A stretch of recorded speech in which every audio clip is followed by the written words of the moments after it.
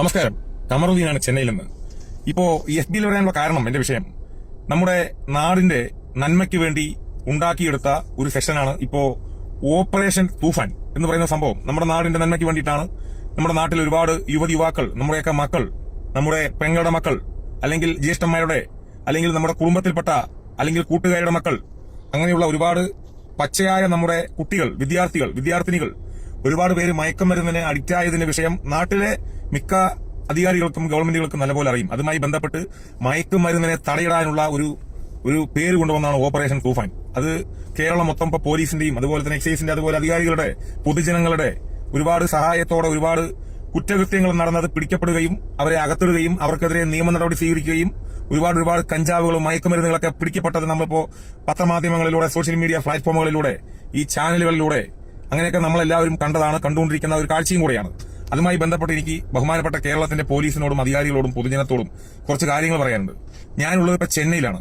ചെന്നൈയിൽ നിന്നും കേരളത്തിലെ പാലക്കാട്ടിലേക്ക് ഒരു 2 ആഴ്ചയിൽ ഒരിക്കൽ വരുന്ന ഒരാളാണ്, ഒരു വ്യക്തിയാണ്. 2 ആഴ്ചയിൽ ഒരിക്കൽ ചെന്നൈ സെൻട്രൽ റെയിൽവേ സ്റ്റേഷനിൽ നിന്നും കേരളത്തിന്റെ പാലക്കാട് ഒലവക്കോട് റെയിൽവേ സ്റ്റേഷനിലേക്ക് യാത്ര ചെയ്യുന്ന ഒരു ആളാണ് ഞാൻ. അപ്പോ ഈ ചെന്നൈ MGR സെൻട്രൽ എക്സ്പ്രസ്, ഈ ചെന്നൈ MGR ചെന്നൈ സെൻട്രലിൽ നിന്നും ആലപ്പുഴ അല്ലെങ്കിൽ തിരുവനന്തപുരം അല്ലെങ്കിൽ മംഗലാപുരം അങ്ങനെയുള്ള സ്ഥലത്തിലേക്ക് പോകുന്ന അങ്ങനെയുള്ള ഒരുപാട് ട്രെയിനുകളിൽ ഞാൻ യാത്ര ചെയ്തിട്ടുണ്ട്. നോർത്തിൽ നിന്നും ചെന്നൈ വഴി കേരളത്തിലേക്ക് വരുന്ന ട്രെയിനുകളുണ്ട്, അതിലും ഞാൻ യാത്ര ചെയ്തിട്ടുണ്ട്. ആ യാത്ര ചെയ്തതിൽ ഒരുപാട് നോർത്തിലെ ഒരുപാട് ഹിന്ദിക്കാർ ഈ ട്രെയിനിൽ യാത്ര ചെയ്യാറുണ്ട്. അപ്പോ ഈ ചെന്നൈയിൽ നിന്നും ജോലേർപേട്ടൊക്കെ കഴിഞ്ഞിട്ട് സേലം എത്തുമ്പോൾ, സേലം, ഈറോഡ്, കോയമ്പത്തൂരൊക്കെ പോലീസിന്റെ നല്ല പോലെയുള്ള ചെക്കിംഗ് ഉണ്ട്. പ്രത്യേകിച്ച് ഞാൻ ജനറലാണ് യാത്ര ചെയ്യാറുള്ളത്. എനിക്ക് ഈ റിസർവേഷൻ കിട്ടാത്തതുകൊണ്ട് ജനറലിലൂടെ 2 ആഴ്ച കൂടുമ്പോൾ യാത്ര ചെയ്യുന്ന വ്യക്തിയായതുകൊണ്ട് ഒരുപാട് കാഴ്ചകൾ കാണാൻ കഴിഞ്ഞിട്ടുണ്ട്. ആ കാഴ്ചകൾ ബഹുമാനപ്പെട്ട പോലീസിനോടും പൊതുജനത്തോടും പറയാനാണ് ഞാൻ വന്നത്. സംഭവം, റെയിൽവേ പോലീസ് അവരുടെ ഉദ്യോഗസ്ഥന്മാര് ജനറൽ നിൽക്കാൻ പോലും സ്ഥലം ഉണ്ടാവില്ല. പക്ഷെ അവിടെ പരമാവധി അവർ ചെക്ക് ചെയ്തിട്ട് എന്തെങ്കിലും മയക്കുമരുന്ന് കിട്ടിക്കഴിഞ്ഞാൽ അവർ അത് എടുത്തിട്ട് പോകും. അതിന്റെ ഉത്തരവാദിത്തപ്പെട്ട ആളുകൾ ആരാണെന്ന് അവർക്കും അറിയില്ല. മയക്കുമരുന്ന് വെച്ചത് അത് ആ ബാഗ് എടുത്തിട്ടുണ്ടെങ്കിൽ ഇത് എന്റെ ബാഗാണ് എന്ന് പറഞ്ഞ ഒരാളുകളും വരില്ല. അതുകൊണ്ട് 2-3 തവണ ഈ മയക്കുമരുന്ന് ഇതൊക്കെ എന്താണെന്നറിയില്ല, ഈ ചെക്ക് ചെയ്തിട്ട് ബാഗ് എടുത്തിട്ട് പോകാറുണ്ട് പോലീസുകാർ. പക്ഷെ അതിലെന്തെങ്കിലും മയക്കുമരുന്നുമായി ബന്ധപ്പെട്ട സംഭവങ്ങൾ ഇല്ലെങ്കിൽ എടുത്തുകൊണ്ട് ആവശ്യമില്ലല്ലോ, അതുകൊണ്ട് ഉണ്ടാവും. അപ്പോ ഈ നോർത്ത് നിന്ന് വരുന്ന ട്രെയിനുകൾ, കേരളത്തിലേക്ക് വരുന്ന ട്രെയിനുകൾ നല്ലപോലെ ഒന്ന് പരിശോധിച്ചാൽ തന്നെ നമ്മുടെ കേരളത്തിൽ ഒഴുകുന്ന മയക്കുമരുന്നിന്റെ പാതിയും ഇല്ലാതാവും എന്നാണ് എനിക്ക് പറയാനുള്ളത്. ഈ നോർത്ത് നിന്ന് ചില്ലറ വരവൊന്നുമല്ല. ഹിന്ദിക്കാരിൽ 100% ഫ്രോഡുകളല്ല. എന്നാൽ ആ ഹിന്ദിക്കാരിൽ ഒരു വിഭാഗം ഫ്രോഡുകളാണ്. കേരളത്തിന്റെ പെരുമ്പാവൂരിന്റെ അവസ്ഥയൊന്നും ഞാൻ പറഞ്ഞു തരേണ്ട ആവശ്യമില്ലല്ലോ. രാജ്യത്തിനെ അറിയും, കേരളത്തിലെ 13 ജില്ലകളിലും അറിയും, എല്ലാ മേഖലകളിലും അറിയും. പെരുമ്പാവൂരിൽ ഹിന്ദിക്കാരന്റെ കളിയാണ്. ഹിന്ദിയിലാണ് അവിടെ ബസ്സിൽ ബോർഡ് പോലും വെച്ചിട്ടാണ് ഓടുന്നത് എന്നാണ് കേൾക്കാനും കാണാനും കഴിഞ്ഞത്. ഈ കേരളത്തിന്റെ പെരുമ്പാവൂരിൽ ഹിന്ദിക്കാരുടെ അഴിഞ്ഞാട്ടമുണ്ട്. ഒരുപാട് നല്ലവരായ ഹിന്ദിക്കാരുണ്ട്, അവർക്കൊന്നും ഇത് ബാധകമല്ല. നല്ല രീതിയിൽ ജീവിച്ച് വൈഫിനെയും മക്കളെയും കൊണ്ടുവന്ന് നാട്ടിൽ കേരളത്തിൽ പഠിപ്പിച്ച് അവർ നല്ലപോലെ അധ്വാനിച്ച് നല്ലപോലെ മുന്നോട്ട് പോകുന്ന ഒരുപാട് ഹിന്ദിക്കാരുണ്ട്, അവർക്കൊന്നും ബാധകമല്ല. മയക്കുമരുന്ന് പബ്ലിക്കിൽ വിൽക്കുന്ന ഹാൻസും പാൻപുരാക്കും അതുപോലെ തന്നെ മാണിച്ചന്തും ഒരുപാട് കഞ്ചാവും MDMA ഒക്കെ വിൽപ്പന നടത്തുന്ന ഹിന്ദിക്കാരുണ്ട്. അപ്പോ ആ ഹിന്ദിക്കാർ അതുപോലുള്ള ആളുകളെയും പിടിക്കണം. പ്രത്യേകിച്ച് നമ്മുടെ മലയാളികളുണ്ട്, മലയാളി മക്കളുണ്ട്. അതുപോലെ തന്നെ നോർത്തിൽ നിന്ന് വരുന്ന ഒരുപാട് ട്രെയിനുകളുണ്ട്. ആ ട്രെയിനുകളിൽ നിങ്ങൾ നല്ലപോലെ റെയ്ഡ് നടത്തണം. പോലീസിനൊന്നും ട്രെയിനിനകത്ത് പോയിട്ട് റെയ്ഡ് നടത്താനുള്ള അധികാരമുണ്ടോ എന്ന് ചോദിച്ചാൽ എനിക്കറിയില്ല. പക്ഷേ ഈ ട്രെയിന് പോകുന്ന വഴിയാണ് പാലക്കാട് വഴി എറണാകുളം വരെ, അല്ലെങ്കിൽ ആലപ്പി വരെ, തിരുവനന്തപുരം വരെ. ഈ ട്രെയിനിന്റെ ഉള്ളിൽ, റെയിൽവേ സ്റ്റേഷന്റെ ഉള്ളിൽ, ട്രെയിനിൽ നിന്നും റെയിൽവേ സ്റ്റേഷൻ കിടന്ന് വെളിയിൽ വരുന്ന ആളുകളെ നമുക്ക് 100% പിടിക്കാലോ അല്ലെ? പോലീസുകാർക്ക് ചെക്ക് ചെയ്യാലോ. ഒരു ട്രെയിനിൽ, നോർത്ത് നിന്ന് വരുന്ന ട്രെയിനിൽ 2000 പേരുണ്ടെങ്കിൽ കുറഞ്ഞത് 1000 പോലീസിനെ നിങ്ങൾ നിർത്തൂ. നിങ്ങൾ 1000 പോലീസിന് അധികാരികളെ, ഏതൊക്കെ വകുപ്പിലുള്ള അധികാരികളുണ്ടോ ആ അധികാരികളെ വെച്ച് ചെക്ക് ചെയ്യൂ. ഒരാളും പോണ്ട.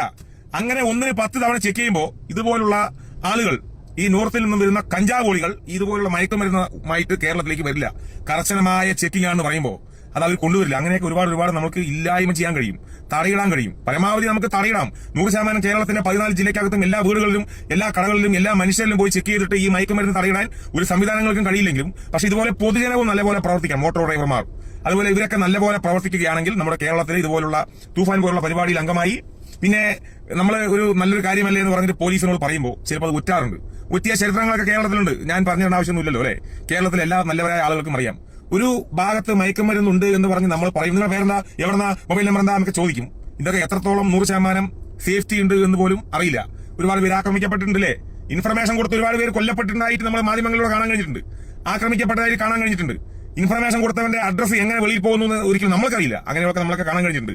പോലീസുകാരും ഒറ്റുന്നവരുണ്ടെങ്കിൽ അവരും ജാഗരൂകരാവണം. നിങ്ങൾക്കും ഭാര്യയുണ്ട്, മക്കളുണ്ട്, നിങ്ങൾക്ക് ജ്യേഷ്ഠന്റെ മക്കളുണ്ട്, മാതാപിതാക്കളുണ്ട്, നിങ്ങളുടെ കുടുംബത്തിലും കുട്ടികളുണ്ട്, യുവാക്കളൊക്കെ ഉണ്ട്, നിങ്ങൾക്കുണ്ട്. അതുകൊണ്ട് നിങ്ങളും അതിനെ നല്ല രീതിയിൽ അതിനെ എതിർത്തുകൊണ്ട് മക്കൾ, നമ്മുടെ സഹോദരന്മാർ, നമ്മുടെ കൂടപ്പിറപ്പുകൾ, നമ്മുടെ പൊന്നുമക്കൾ ഭാവിയിൽ അവർ കേരളത്തിന്റെ, രാജ്യത്തിന്റെ, ലോകത്തിന്റെ പല മേഖലകളിലും നല്ലപോലെ പ്രവർത്തിക്കേണ്ടവരാണ് അവർ തെറ്റായ വഴിയിലൂടെ പോയിട്ടുണ്ടെങ്കിൽ അവരെ നല്ലപോലെ തിരുത്തിക്കൊണ്ടുവരേണ്ട ഉത്തരവാദിത്തവും ഓരോ മലയാളികൾക്കുമാണ്. പോലീസുകാർക്ക് മാത്രമല്ല, ഓരോ മലയാളി, നമ്മളടങ്ങുന്ന ഓരോ മലയാളികളും, 3.5 കോടി മലയാളികൾക്കും ബാധ്യതയുണ്ട്. അപ്പൊ അതുകൊണ്ട് നാട്ടിൽ നടക്കുന്ന ഇതുപോലുള്ള മയക്കുമരുന്നുമായി ബന്ധപ്പെട്ട വിഷയങ്ങൾ ഉണ്ടെങ്കിൽ അതിന്റേതായിട്ടുള്ള അധികാരികളോട് അറിയിക്കുക. മയക്കുമരുന്നുമായി ആരൊക്കെ മുന്നോട്ട് പോകുന്നുണ്ടോ അതിനെ എതിർക്കുക. നമ്മുടെ നാട് മയക്കുമരുന്നിന്റെ ഹബ്ബായി മാറി എന്ന് ലോകം ഒരിക്കലും, രാജ്യത്തിന്റെ പല സ്റ്റേറ്റുകളും ഒരിക്കലും പറയാതെ കൊണ്ടുപോകേണ്ട ഉത്തരവാദിത്തം ഓരോ മനുഷ്യരും, ഓരോ പൗരനും, ഓരോ മലയാളിക്കുമുണ്ട് എന്ന് നിങ്ങൾ എല്ലാവരും കരുതുക. നമ്മുടെ മക്കളുടെ ഭാവി, നമ്മുടെ ഭാവി. ഒരുപാട് മാതാപിതാക്കൾ വിഷമത്തിലാണ്. അവരുടെ മക്കൾ മയക്കുമരുന്നിന് അടിമപ്പെട്ട് അവർ ജീവിക്കണോ, അവർ കൊല്ലപ്പെടുമോ എന്ന് പോലും അവർക്ക് പോലും ആശങ്കകൾ നമ്മുടെ കേരളത്തിൽ ഒരുപാട് മാതാപിതാക്കൾക്കുണ്ട്. മക്കളെ ഭയന്നുകൊണ്ട്, മയക്കുമരുന്നിന് അടിമയായ മക്കളെ ഭയന്നുകൊണ്ട് ജീവിക്കുന്ന ഒരുപാട് മാതാപിതാക്കൾ നമ്മുടെ ബഹുമാനപ്പെട്ട കേരളത്തിലുണ്ട്. ഒരുപാട് മക്കളുണ്ട്, ഒരുപാട് ചേച്ചി അനിയന്മാർ, ജ്യേഷ്ഠന്മാർ, പെങ്ങന്മാർ, ഒരുപാട് പേര് ബുദ്ധിമുട്ടുന്നുണ്ട്. അപ്പോൾ ഇതിനൊക്കെ ശാശ്വത പരിഹാരമാണ് ഓപ്പറേഷൻ തൂഫാൻ. ആ തൂഫാനിൽ നമ്മളൊക്കെ നല്ലപോലെ പ്രവർത്തിക്കണം. പിന്നെ ഈ ഓൺലൈനിൽ ഞാനൊക്കെ 8-10 വർഷമായി ഇതുമായി ബന്ധപ്പെട്ടിട്ട് ഓൺലൈൻ മീഡിയകളിലൂടെ പ്രതികരിക്കാൻ തുടങ്ങിയിട്ട് ഇന്നലെ വന്ന കുറെ തന്ത ഏതാണ്, തറവാട് ഏതാണെന്ന് അറിയാത്ത കുറെ നാറികൾ ഓൺലൈനിലൂടെ വന്നിട്ട് അവരെ കുറിച്ച് പല അപവാദങ്ങൾ കേൾക്കുന്നുണ്ട്. ഇവന്മാരുടെ പേരൊന്നും ഞാൻ പറയുന്നില്ല, നിങ്ങൾക്കൊക്കെ അറിയാം. മീഡിയകളിൽ ഇപ്പൊ മിക്ക മീഡിയകളിലുണ്ട്. അവന്റെ ഷെഡ് അലക്കി കൊടുക്കണത്രേ, അവന്റെ സാമാനത്തിൽ, ഞാൻ പറയുന്നില്ല. അങ്ങനെ എന്തൊക്കെയോ ഇവരൊക്കെ കഞ്ചാവ്, മയക്കുമരുന്ന്, MDMA എന്തൊക്കെയോ ഉണ്ട് എന്നൊക്കെ പറഞ്ഞ വാർത്തകളുണ്ട്. ഈ ഓൺലൈനിൽ ഈ വാർത്ത വായിക്കുന്ന കുറെ ഓളികളുണ്ട്. അത് നല്ലവരെന്ന് പറയുന്നില്ല. ശക്തമായ റെയ്ഡ് നടത്തണോ ആരാണെങ്കിൽ ശരി. ഓൺലൈനിൽ ഈ വീഡിയോ ചെയ്ത് കാശുണ്ടാക്കുക, അതിന്റെ മറവിൽ പല ബിസിനസ്സുകളും, പല തെണ്ടിത്തരവും തമ്മാടിത്തരവും നടത്തുന്ന കുറെ ഓൺലൈൻ ഓളികളുണ്ട്. ഇവരെയൊക്കെ പിടിക്കണം കേരളത്തിൽ. ഈ ഓൺലൈൻ വീഡിയോ ചെയ്യുന്നവന്റെ ഷെഡ് അലക്കി കൊടുക്കാൻ എന്തുമായി മറ്റേതിനാണ് നിങ്ങൾക്ക് പോകേണ്ട ആവശ്യം? കുറെ ആളുകളുണ്ട്. ഇപ്പൊ മൊത്തം TV ചാനലുകൾ ഫ്ലാഷ് അല്ലേ? ഇതിന്റെ ആവശ്യമൊന്നുമില്ല. നമ്മൾക്കൊക്കെ ഒരു അന്തസ്സില്ലേ? കണ്ടവന്റെ ജെട്ടി അലക്കി കൊടുക്കേണ്ട പോകേണ്ട വല്ല ആവശ്യമുണ്ടോ? എല്ലാവരും ശ്രദ്ധിക്കണം.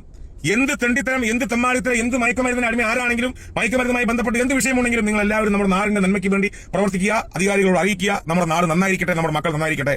എല്ലാവർക്കും നന്ദി, നമസ്കാരം.